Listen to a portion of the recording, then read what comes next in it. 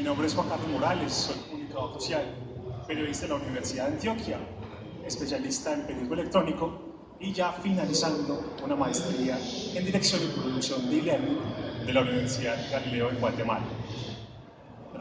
Lo que les quiero contar es una parte, unos primeros resultados de una investigación que estoy realizando en el tema de la maestría, de cómo podemos producir recursos educativos y medios didácticos para una educación virtual, accesible y asequible. Cada vez que le ponemos apellidos a la producción, innegablemente pensamos que el tema de costos se nos empieza a subir. Pero ¿cómo entonces es una propuesta, o digamos el objeto de investigación es cómo podemos ampliar la cobertura, la pertinencia, la calidad de la educación para la población en condición de discapacidad en Colombia? Es decir, tenemos un problema y es que cada vez que le ponemos apellido a la educación se nos van a subir quizás, es una percepción de los costos. Entonces, ¿qué hacemos con la población en condición de discapacidad de Colombia? Igual de Colombia sirve como el límite de investigación, pero ¿qué pasa en Panamá? ¿Qué pasa en Costa Rica? ¿Qué pasa en Guatemala? ¿Qué pasa en Estados Unidos y en España para esas personas en condición de discapacidad? ¿Será que nos va a costar mucho más? Hago un paréntesis personal y es por qué realizo esta investigación. Hace 6 meses debí renunciar a un trabajo porque tengo una condición de discapacidad. Y cuando renuncié, la jefe me invitó luego a almorzar y me dijo: Juan, vení, miremos a ver, contame qué fue lo que pasó y todo esto. Porque en el día a día era la jefe de mi jefe, no se había dado cuenta que había sucedido. Y le conté: no, pues que tengo una condición de discapacidad, que los médicos me han recomendado que yo no debo estar trabajando en lo que estoy haciendo. Me dijo: ¿que vos qué querés hacer? Yo: no, estoy terminando mi maestría, quiero hacer mi doctorado en temas de accesibilidad. Y era muy curioso, porque el tema de accesibilidad yo lo he venido trabajando antes de tener la condición de discapacidad. A propósito, terminé como que trabajando el tema. ¿Qué es lo que tengo? Creo que muchos pueden sufrir. Tengo síndrome de túnel carpiano en el carpo y yo no puedo pasar mucho tiempo frente al computador. El rollo era que yo me la pasaba trabajando y en las pausas me iba a tocar guitarra, me iba a tocar piano y las manos tenían que descansar. Entonces, hay una condición de discapacidad que, digamos, rápidamente uno mira a Juan Carlos Morales y no, ese muchacho está entero. Pero en este momento tengo una discriminación laboral porque tengo una condición médica. ¿Qué es entonces el término de discapacidad? Según la Organización Mundial de la Salud, es un término que engloba deficiencias y limitaciones de actividad y restricciones para la participación. Palabras claves: la interacción y su contrario, que es la discriminación. En este momento yo no estoy interactuando con el sector productivo. Si hago unas cosas, debo decirlo, hay unas asesorías, pero digamos no estoy logrando explotar lo que puedo entregar, por ejemplo, al sistema de educación superior del país. Entonces, el tema de discapacidad es cómo yo me estoy alejando de la interacción y cómo estoy cayendo en un escenario de discriminación. ¿Estamos haciendo que la educación, que el sistema de educación colombiano sea incluyente o estamos discriminando? Desde la creación de contenidos estamos generando ambientes de aprendizaje no inclusivos o discriminatorios. En el mundo, según la Organización Mundial de la Salud, y es digamos como la gran fuente que utilizo para este tema de la investigación, dice que en el 2011 cerca del 15% de la población mundial tiene condición de discapacidad. Eso es mucha gente. El 15% de la población mundial, debo repetirlo, no digamos sufre, tiene una condición de discapacidad. El asunto es que en 1970, años antes, hicieron la medición y era el 10%. Es decir, las condiciones de discapacidad van en aumento. ¿Por qué puede ser? Y lo dice la Organización Mundial de la Salud. Por temas políticos. Es decir, los conflictos armados están generando personas en condición de discapacidad. el medio, la contaminación está causando problemas respiratorios, problemas que quizás se asocian a temas mentales que, digamos, condicionan a las personas a un tema de discapacidad. En Colombia, el DANE, en el 2010, un censo que hizo en el 2010, identificó que el 1.8% de los colombianos manifestaron tener una condición de discapacidad permanente. Y es que, física permanente, caminar, oír, hablar, comunicarse, percibir la luz y otras. El 1.8% de los colombianos, para las fechas del 2010, representaba más o menos 860.000 personas. Un ejercicio. No creo que en el país haya una universidad con 860.000 estudiantes. Es decir, hay una población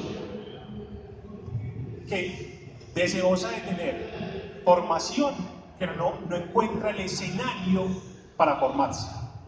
Todo esto, ¿por qué pongo datos?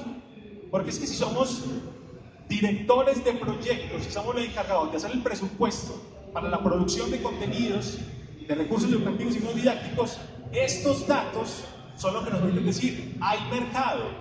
Empieza a multiplicar, si es el caso, por matrículas, y una cifra como 860.000 personas es un tema interesante. Esta cita textual es de la directora de la Organización Mundial de la Salud y dice: la discapacidad forma parte de la condición humana.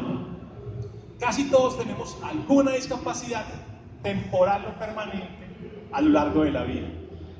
Yo sufro un accidente de tránsito, tengo una discapacidad física, ojalá temporal.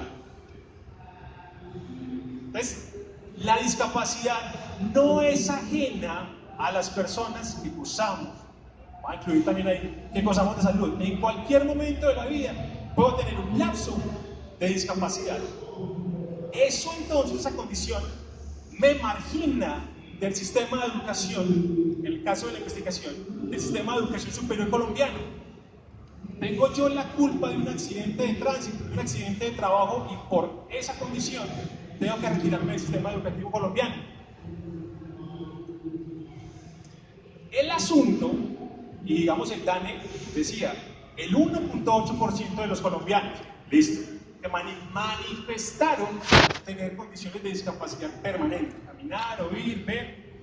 ¿Qué pasa con las condiciones de discapacidad que pueden ser temporales o permanentes, pero que están asociadas a temas ambientales y tecnológicos? Un tema ambiental. ¿Cómo hago yo para operar una máquina que me está dando una instrucción, que al final del día es un contenido formativo, digamos, instruccional, y resulta que es que el que diseñó la máquina hizo para que las instrucciones fueran verbales? Y yo trabajo en un taller de metalistería donde todo el día están golpeando, están doblando láminas. Hay una condición de discapacidad. Es decir, sí, yo salgo del taller y yo escucho.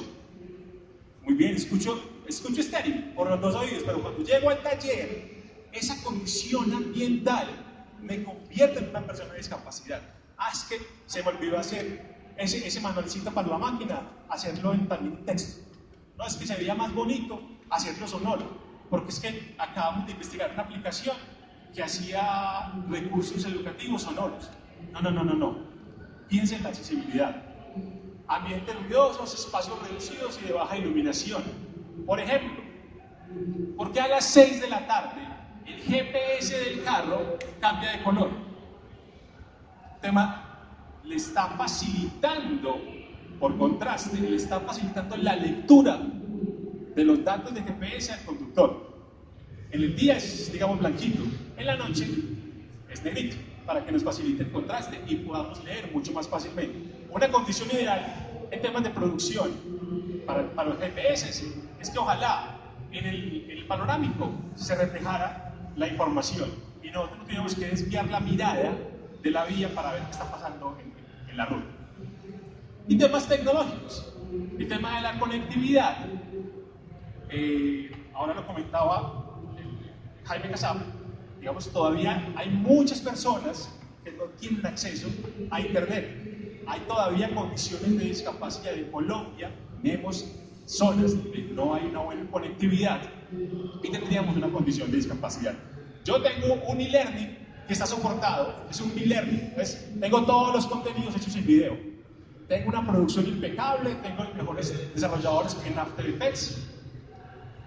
Los videos están en 4K, pero las personas que están alejadas de los centros, digamos, de la ciudad, de los pueblos, que están en veredas, quizás no tengan la conexión suficiente para acceder, para tener una buena experiencia al momento de consumir video. No, es que dele play y espere que cargue. No. La experiencia tiene que ser fluida.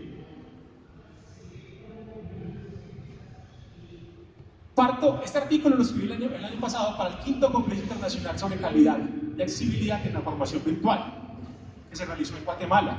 Y hacía un recorrido, digamos, con la pregunta: ¿la legislación colombiana está preparada para programas virtuales?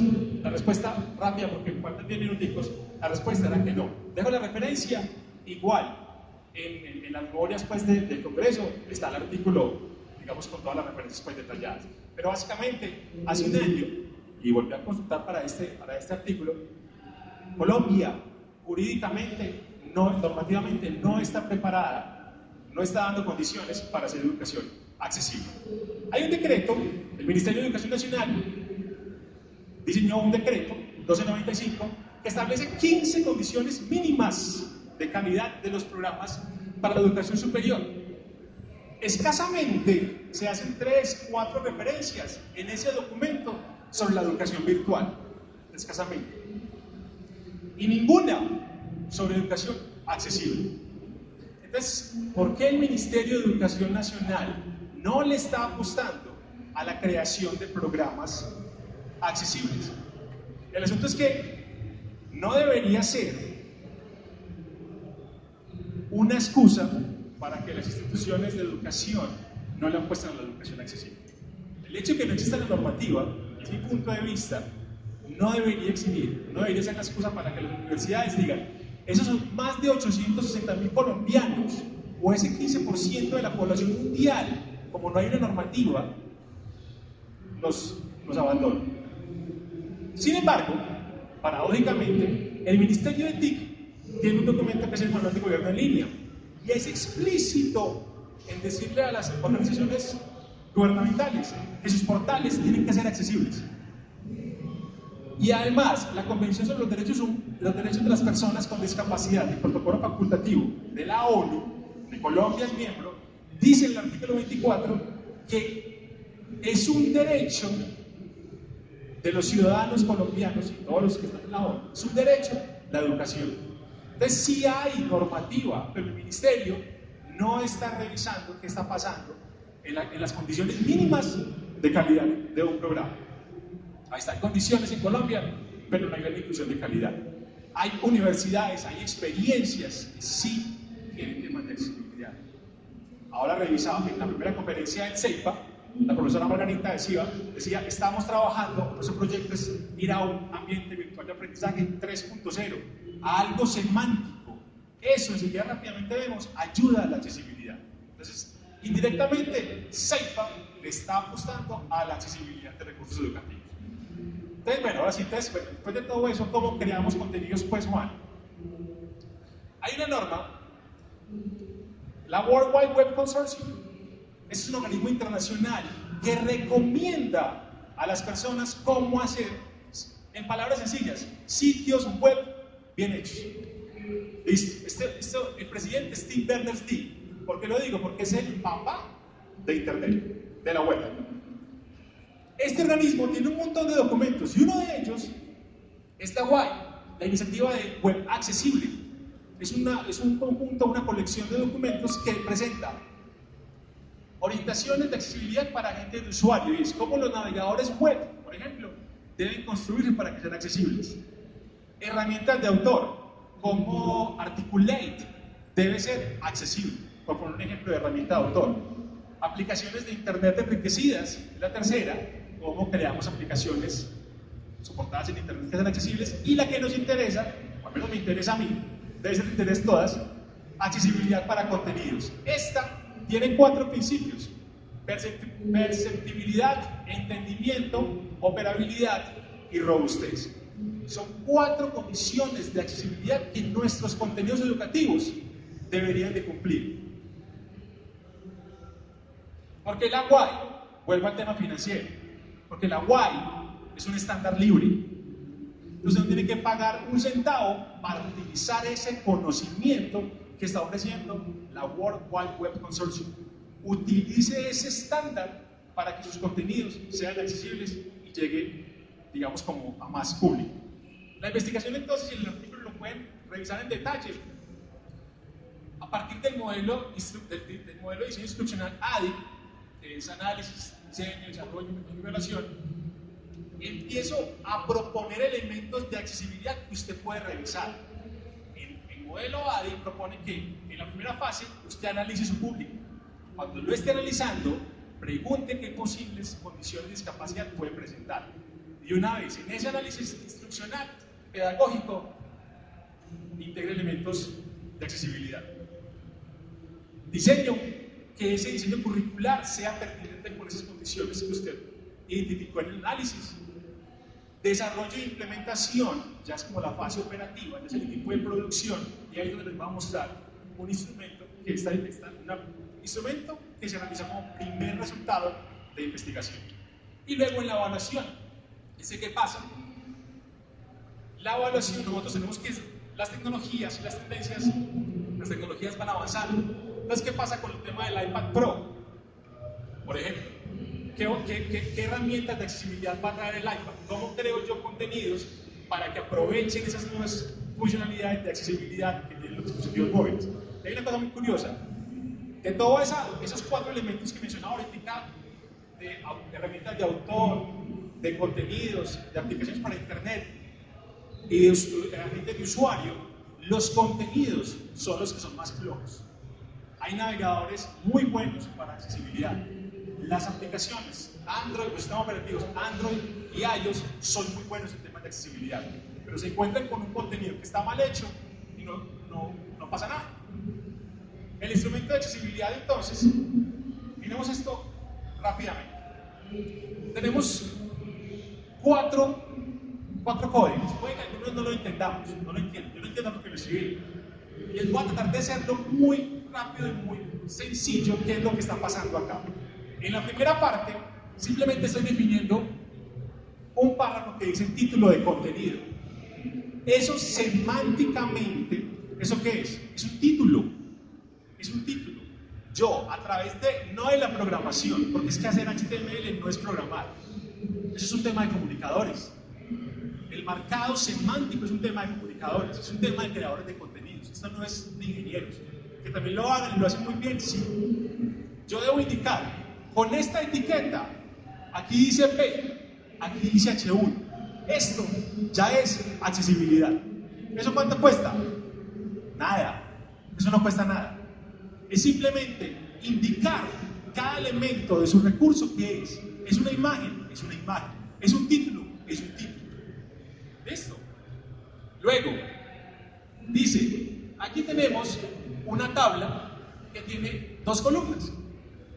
Y aquí estoy indicando que la parte de arriba es un encabezado de tabla y aquí un cuerpo de tabla. ¿Esto cuánto cuesta? Nada.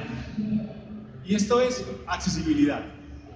Luego, bueno, ok, vamos a que este ladito. Y luego el formulario, aquí está, simplemente dice input type text nombre, y aquí hay un montón de nuevos parámetros. El placeholder, escriba sus nombres y apellidos completos. Esto le agrega una instrucción a una persona de qué tiene que hacer aquí. Esta instrucción es para temas de accesibilidad también, para temas de alfabetización, por ejemplo, o para problemas intelectuales. Ahí está quedando mucho más claro qué es lo que debe hacer el usuario. Y ya para terminar, que es sin tiempo. Ok. Este es el primer, digamos, como instrumento resultado de la investigación. ¿Y qué propone? Aquí abajo están los principios de accesibilidad, solamente en nivel A. Cuando decirles que la accesibilidad se mide en 3 niveles: A, AA y AAA. La A es mínima, la AA media y la AAA sí es mucho más grande. Bien, perceptibilidad, operabilidad, entendimiento y robustez. ¿Qué pasa? Cuando se está produciendo contenidos, con este instrumento lo que puede lograr es: yo necesito que el recurso multimedia ofrezca subtítulos que faciliten la comprensión del contenido.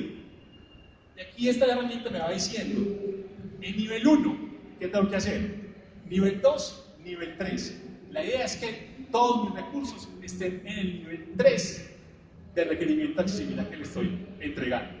Es decir, si yo tengo un recurso multimedia, que puede ser un audio o un video, el recurso educativo deberá cumplir con esas condiciones, que son: ofrece subtítulos sobre el contenido con una sincronización correcta. En una traducción, si estoy traduciendo lo que estoy contando en inglés y el traductor se va quedando atrasadito, yo puedo contar un chiste y los que están escuchando en inglés lo van a entender a la media hora, pues, porque no hay sincronía. Eso pasa con el closed captioning. Uno a veces ve noticias y coloca el closed captioning y no está coincidiendo el texto de ayuda con la imagen. Eso no permite la comprensión del contenido. Esto no se considera la palabra, pero no permite que el usuario comprenda el contenido. Lo que les mostré ahorita, esos códigos tienen que ver con esta información, con este criterio. Utilice etiquetas semánticas adecuadas, marque correctamente tablas e imágenes y cree formularios correctos. Aquí uno va dando cada uno de los niveles de evaluación y te va entregando. Me faltan un minutito. Te va entregando este gráfico que te va diciendo qué tanto estás cumpliendo con la accesibilidad. La idea es que cuando esté evaluando todo esté, digamos, en el nivel 3. ¿Listo? Entonces, además, lo chévere del instrumento, y es una venta que hago yo, lo chévere del instrumento es que, aparte de que te dice que cumplas con los requerimientos, te va orientando de qué tienes que ir haciendo para que tu contenido, tu recurso, sea accesible. Y al final, simplemente es un consolidado de la evaluación de accesibilidad de tu recurso. Te da unos datos, ok, perfecto, hay unos criterios que aplican, otros que no aplican, y los que no aplican no son malos. Si yo no hago un B-Learning, yo tendría por qué hacer subtítulos, los que aplican, y sobre los que aplican te hace una valoración. Y al final, la idea es que cuando yo hago la evaluación de mi recurso educativo, todo el tema de accesibilidad esté en un 100%. Para más información, pues van a leer el artículo completo en las memorias del evento. Muchas gracias.